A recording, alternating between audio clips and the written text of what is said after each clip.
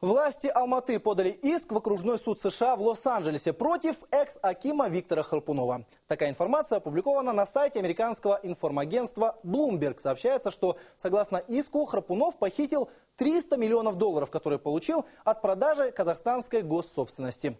Общие огромные суммы бывший мэр перевел на счета в Швейцарии и Соединенных Штатах, пишет издание. В данных приводятся примеры роскошной жизни миллионера. Так, больше 6 миллионов долларов он потратил на покупку дома в голливудском районе Лос-Анджелеса Беверли-Хиллз. Почти за такую же сумму купил землю в не менее престижной части города Студио-Сити. Это не считая автомобилей Роллс-Ройс и Бентли. Алматинские власти, сообщает Bloomberg, требуют признать Храпунова и некоторых членов его семьи мошенниками, а также настаивают на возмещении экс-чиновникам ущерба государству в тройном размере.